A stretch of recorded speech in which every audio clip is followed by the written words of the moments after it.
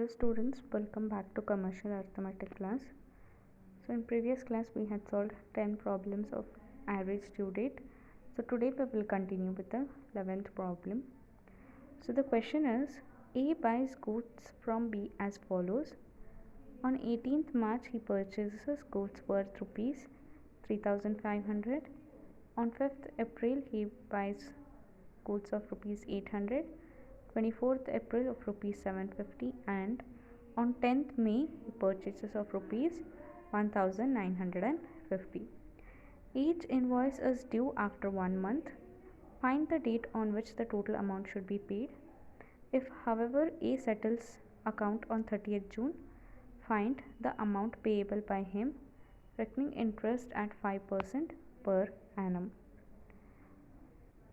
So in this question, A is a customer who purchases goods from B on various dates. So here dates are given, so you have to choose one, 0 date, and they have given these bills are due after 1 month. So first these are date of drawing the bill. First you have to calculate date of withdrawal, then you have to choose the 0 date. Then they say that A has settled his account on 30th June, and you have to find out what is the interest payable and the total amount he has to pay. So first is amount, we will write all the given amounts. So first bill he is drawing on 18th March and it is due after 1 month. So date of withdrawal will be 18th April. Second bill is of 800 and it will be due on 5th May, and 750 rupees it will be after 1 month, so it is 24th May, and the last date is on 10th June. So we are assuming 18th April as 0 date. Now we can calculate number of days from 0 date. So this will be your D. So first date is 0 itself. From 18th April, 5th May has 17 days. From 18th April to 24th May we have 36 days, and 18th April to 10th June we have 53 days. Once you get D, then we can take the product. So take the product and take the summation of it, that is add all these values, you will get 1,43,950. Now we can calculate average due date or average date of withdrawal. So you will get approximately as 21 days. So here, since we have taken 0 date, which is 18th April, therefore average date of withdrawal will be on 9th May. That is, in 21 days, 12 days of April is gone and remaining 9 days is from May. Therefore 9th May is the average date of withdrawal. Now what we have to do, we have to find out number of days from 9th May to 30th June, because they have given he settles the account on 30th June. So interest will be charged after the period, that is after this date. Whenever he pays the amount, for those days interest is charged. Therefore we have to calculate what is that number of days. So you have to calculate number of days from 9th May till 30th June. Therefore it is 52 days. Now interest on total amount, which is 7,000 at 5% per annum for 52 days will be, so simple interest formula, because you are taking days you have to divide it by 365 and simplify. You will get interest as 49.863. Therefore in total he has to pay 7,049.86 rupees. So in this question what we did, first we found out date of withdrawal. They had given date on which he has purchased, and they had given the bill will be due after 1 month. Therefore date of withdrawal is first thing we have found out. Then we have found out number of days from the 0 date. Then we found out average date of withdrawal. From that we have to calculate how many days are there from the average date of withdrawal to the date which he has settled the amount. For that interest is calculated, and then that interest we have to add to the total amount. So the 12th problem is A owes B rupees 1500 payable at the end of 10 months. He however pays rupees 600 at the end of 8 months and rupees 400 at the end of 9 months. When should the balance be paid so that he may not have to pay any interest at 5% per annum? If he settles the account after 15 months from the beginning, how much does he pay in all? So here they have given amount due as well as A pays certain amount. So first we'll make a column of amount due. So amount is 1500 and they have given period. So what is the period? That is your D, it is 10. We can take the product. So it is 15,000. So summation A for amount due is 1500 and the product is 15,000. And then now we can write another column for amount paid. So initially he pays 600 at the end of 8 months.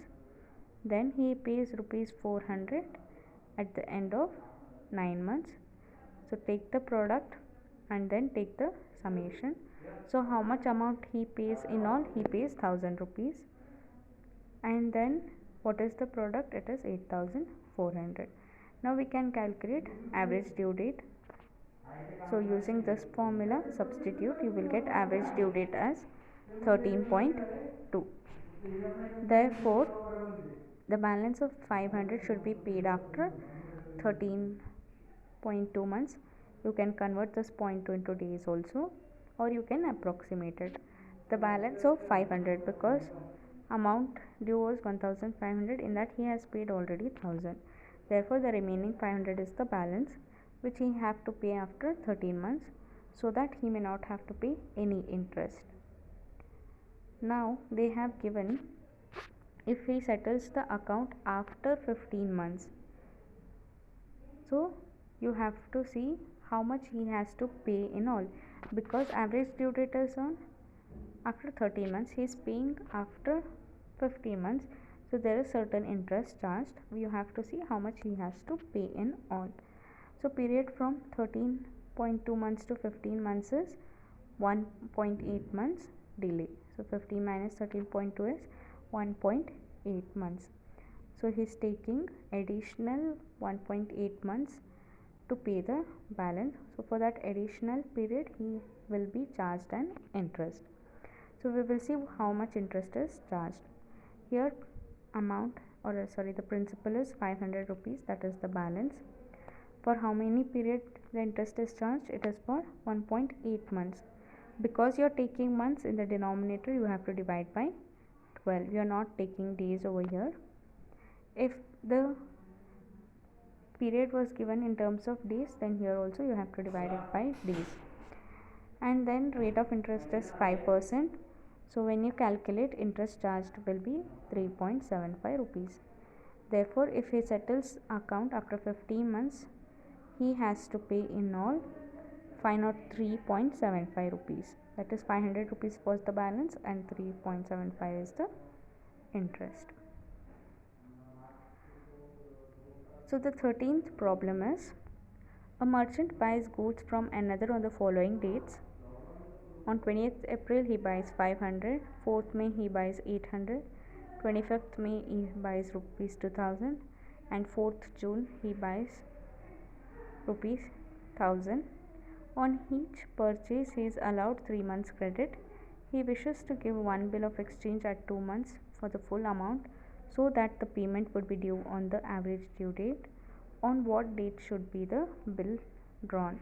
In this question they have asked to find out the date on which the bill has to be drawn, so that he can pay all the amount in one single date.